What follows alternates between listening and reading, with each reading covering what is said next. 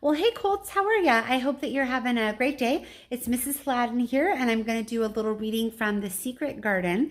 I hope that you had a nice day today. I had a busy day today. I'm trying to get ready for our big materials distribution on Friday, and that creates a lot of work for me. It's kind of crazy.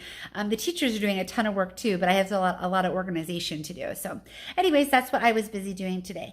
And I made dinner for my family, and that was kind of fun. So, anyways, we're going to jump back into The Secret Garden. We are on chapter number 10, and this chapter is called Dickon. And so we have been learning about Dickon from Martha for the last couple of chapters, and I know that it seems at least that Mistress Mary, is really excited to meet Dickon, and this might be the chapter. So let's jump right in. Oh, this is a picture of Dickon from the front of the chapter. He looks like a fun-loving kid, doesn't he? He's ready for an adventure. That's what he makes me think of, at least. Okay, here we go. Dickon. The sun shone down for nearly a week on the secret garden. The secret garden was what Mary called it when she was thinking of it. She liked the name, and she liked still more the feeling that when its beautiful old walls shut her in, no one knew where she was. It seemed almost like being shut out of the world in some fairy place. The few books she had read and liked had been fairy storybooks, and she had read of secret gardens in some of the stories. Sometimes people went to sleep in them for 100 years, which she had thought must be rather stupid. She had no intention of going to sleep, and in fact, she was becoming wider awake every day which passed at Misselthwaite. She was beginning to like being out of doors. She no longer hated the wind, but enjoyed it. She could run faster and longer, and she could skip up to 100. The bulbs in the secret garden must have been astonished. Such nice clear places were made round them that they had all the breathing spaces they wanted, and really, if Mistress Mary had known it, they began to cheer up under the dark earth and work tremendously. The sun could get at them and warm them, and when the rain came down, it could reach them at once, so they began to feel very much alive. Mary was an odd, determined little person, and now she had something interesting to be determined about. She was very much absorbed indeed. She worked and dug and pulled up weeds steadily, only becoming more pleased with her work every hour instead of tiring of it. It seemed to her like a fascinating sort of play. She found many more of the sprouting pale green points than she'd ever hoped to find. They seemed to be starting up everywhere, and each day she was sure she found tiny new ones, some so tiny they barely peeped above the earth. There were so many that she remembered what Martha had said about the snowdrops by the thousands, and about bulbs spreading and making new ones. They had been left to themselves for 10 years, and perhaps they had spread, like the snowdrops, into thousands. She wondered how long it would be before they showed they were flowers. Sometimes she stopped digging to look at the garden and try to imagine what it would look like when it was covered with 1,000 lovely things in bloom. During that week of sunshine, she became more intimate with Ben Weatherstaff. She surprised him several times by seeming to start up beside him as she sprang out of the earth. The truth was that she was afraid that he would pick up his tools and go away if he saw her coming, so she always walked towards him as silently as possible. But in fact, he did not object to her as strongly as he had at first. Perhaps he was secretly rather flattered by her evident desire for his elderly company. Then, also, she was more civil than she had been.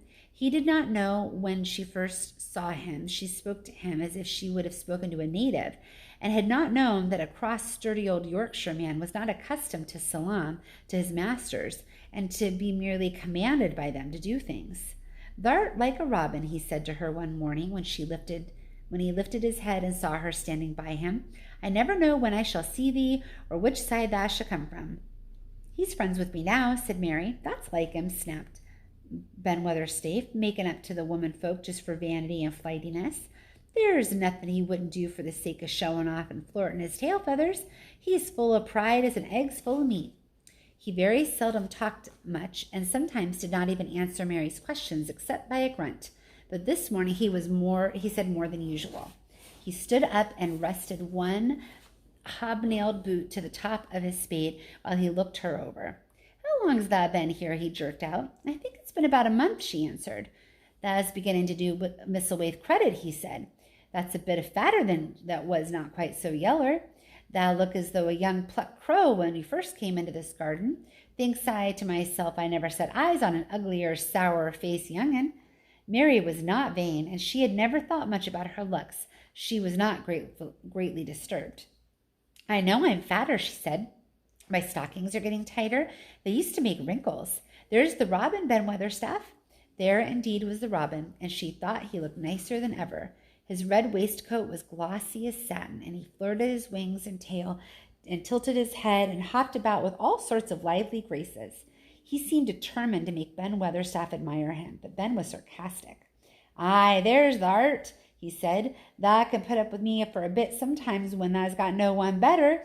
Thou's been reddening up thy waistcoat and polishing thy feathers for this 2 weeks. I know what thou's up to.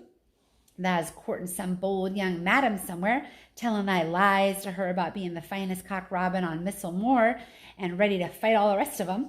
Oh, look at him, exclaimed Mary. The robin was evidently in a fascinating, bold mood. He hopped closer and closer and looked at Ben Weatherstaff more and more engagingly. He flew on to the nearest currant bush and tilted his head and sang a little song right at him. Thou thinks that thou'll get over me just by doing that, said Ben, wrinkling his face up in such a way that Mary felt sure he was trying not to look pleased. Thou thinks that no one can stand out against thee, that's what thou thinks. The robin spread his wings. Mary could scarcely believe her eyes. He flew right up to the handle of Ben Weatherstaff's spade and alighted on the top of it. Then the old man's face wrinkled itself slowly into a new expression. He stood still as if he were afraid to breathe, as if he would not have stirred for the world lest his robin should start away. He spoke in quite a whisper. Well, I'm danged, he said softly, as if he were saying something quite different. Thou does not know how to get at a chap, thou does. Thou's fair unearthly, that's so knowin'. And he stood without stirring, almost without drawing his breath, until the robin gave another flirt to his wings and flew away. Then he stood looking at the handle of the spade as if there might be magic in it, and then he began to dig again and said nothing for several minutes. But because he kept breaking into a slow grin now and then, Mary was not afraid to talk to him. Have you a garden of your own? She asked. No, I'm a bachelor and lodge with Martin at the gate. If you had one, said Mary, what would you plant? Cabbages and taters and onions. But if you wanted to make a flower garden, persisted Mary, what would you plant? Bulbs and sweet-smelling things, but mostly roses. Mary's face lighted up. Do you like roses? She said. Ben Weatherstaff rooted up a weed and threw it aside before he answered. Well, yes, I do. I was learned that by a young lady I was a gardener to. She had a lot in a place she was fond of, and she loved them like they was children or robins. I've seen her bend over and kiss him. He dragged out another weed and scowled at it. That was much as 10 years ago. Where is she now? Asked Mary, much interested. Heaven, he answered, and drove his spade deep into the soil, according to what parson says. What happened to the roses? Mary asked again, more interested than ever. They were left to themselves. Mary was becoming quite excited. Did they quite die? Do roses quite die when they're left to themselves? She ventured. Well, I got to like 'em as I liked her, and she liked 'em. Ben Weatherstaff admitted reluctantly. Once or twice a year I'd go work on 'em a bit, prune 'em and dig about the roots. They run wild, but they was in rich soil, so some of 'em lived. When they have no leaves and look gray and brown and dry, how can you tell whether they're dead or alive? Inquired Mary. Wait till the spring gets at 'em. Wait till the sun shines on the rain and the rain falls on the sunshine, and then they'll find out. But how? Cried Mary, forgetting to be careful. Look along the twigs and branches, and if thou see a bit of brown lumps swelling here and there, watch it after the warm rain and see what happens. He stopped suddenly and looked curiously at her eager face. Why does thou care so much about roses and such all of a sudden? He demanded.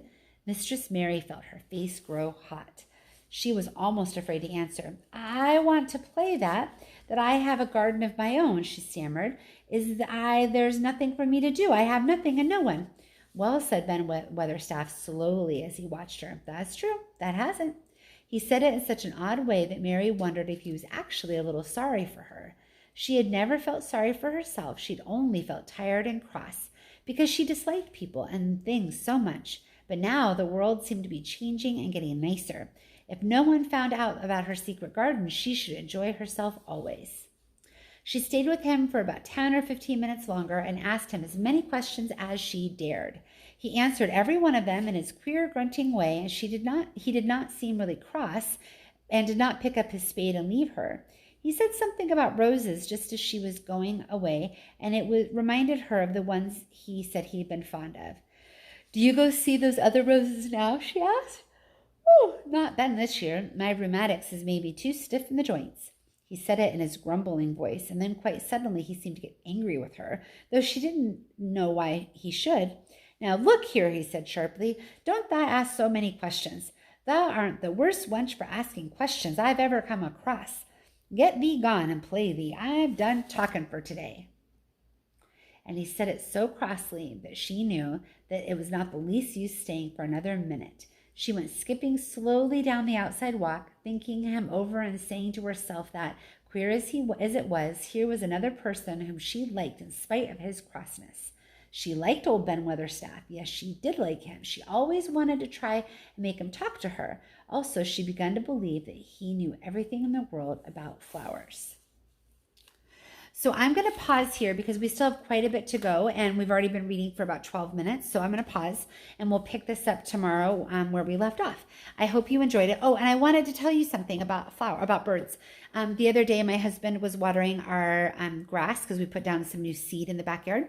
And there is a family of hummingbirds that lives like in our backyard area. And one of the hummingbirds came right up to the water. I'll have to show you the video one day. But the water was shooting out of the hose, and the little hummingbird was right next to the water, like trying to drink from the water and take a bath in the water. It was really kind of cute. Maybe I'll take the picture and I'll post it so you can see. I think I'll do that too. Okay, anyways, I'll talk to you guys later. Have a great day, and I hope you enjoyed the first part of chapter 10. Bye, friends.